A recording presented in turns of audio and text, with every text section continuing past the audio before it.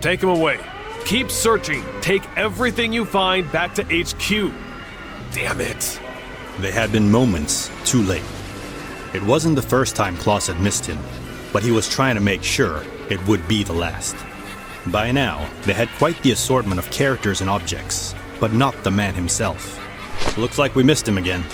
Yeah, he's always one step ahead of us. Dr. Kloss, we've got something you need to see.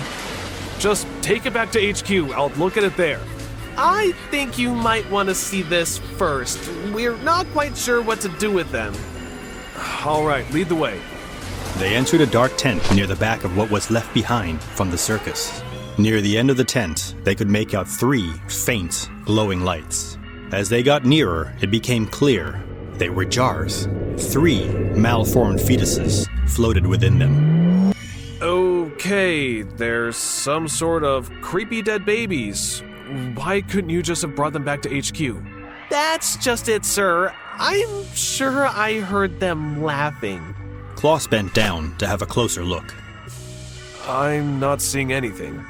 I know, but... It's fine. Take them back and put them into containment. I'll have a closer look later. Welcome back.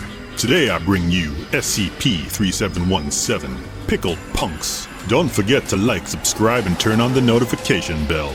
Come join my Discord too. Everything's been categorized, sorted, filed, and locked up, except for your babies. My babies? Those 3 in the jar, remember? Oh, right. They seem safe. I mean, they're dead, right? Let's go have a look at them, shall we? Those are nasty. They are pretty nasty, eh? They aren't pretty nasty. They aren't even just dead baby nasty. They're a whole new level of nasty. I know, right? Like, what's going on with this one? It's got some sort of brain incision, and I'm not even gonna talk about what's going on down there. That ain't even the half of it. This one's missing half his brain. And this one, I mean... Okay, that's just about enough out of you two. Kloss and Chen took a step back. It was speaking. So, you're alive after all? Yeah, bud. We got feelings, you know. You ain't the most handsome fella either, you know. You ever heard of a suntan? You're paler than my sister's back there. Chen giggled. He's got you on that one. Oh, you think that's funny, do you? The guy who spends the income of a small country at the hairdresser each week. Kloss let out a snicker. Okay, maybe we got off on the wrong foot. I'm Kloss, and this is Agent Chen. Yeah, we know about you SCP creeps. Go suck an egg. Right. Perhaps we should all cool off a little and pick this up a bit later. Kloss sat at his desk with Chen as they rolled in the fetuses. Careful! Those jars are fragile. Set them over there. You know, this place isn't even 2-star. The food is awful, the service is atrocious, and the scenery is bland at best. Well, you know we can change all of that. We'd be happy to, in fact. Oh yeah? Well, now you're talking. Just tell us about the Circus of Disquieting. Come on, Doc. We told you before. There's nothing else to say. What about Herman Fuller?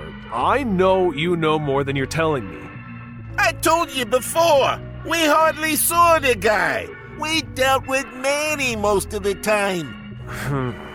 Fine. Then tell me a little more about the circus and what you did there.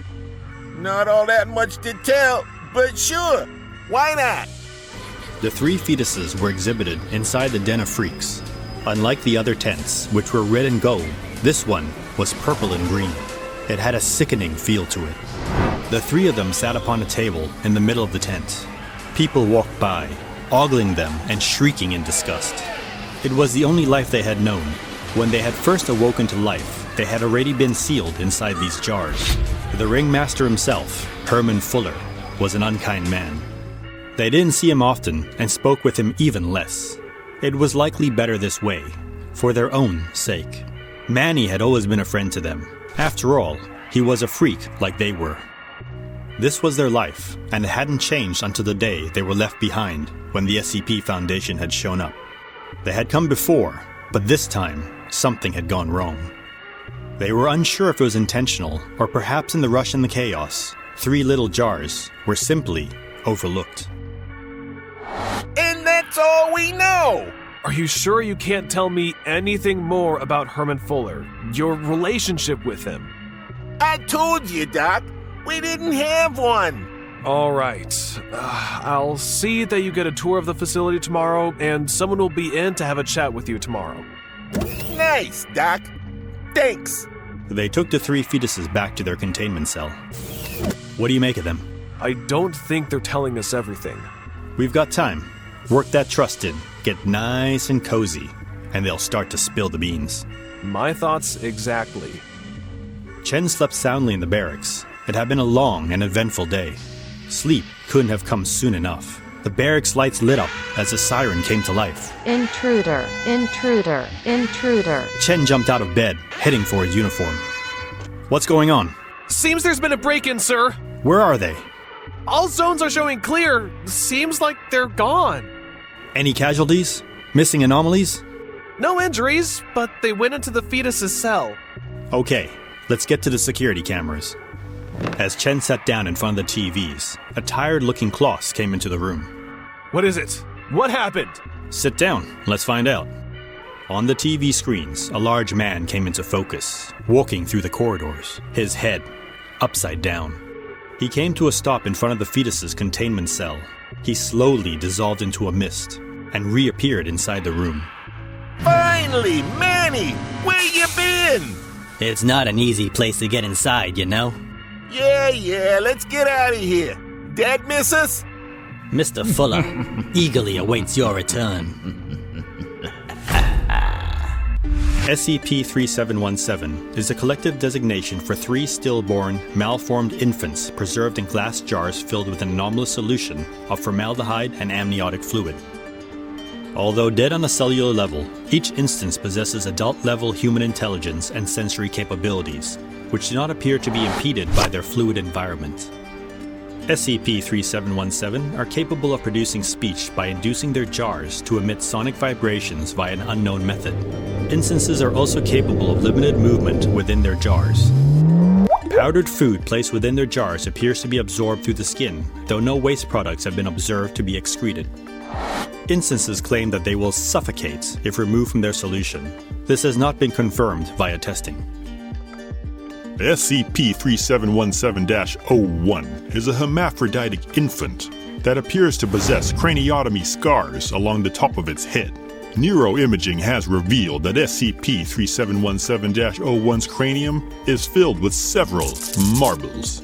SCP-3717-02 is a male infant missing the left half of its cranium, with its brain having been replaced with a mass of dust, lint, dead skin cells, and spider webs. Notably, neither SCP-3717-01 or 02 seem to suffer any cognitive impairment because of their missing brain matter. SCP-3717-03 is a pair of female syncephalous conjoined twins.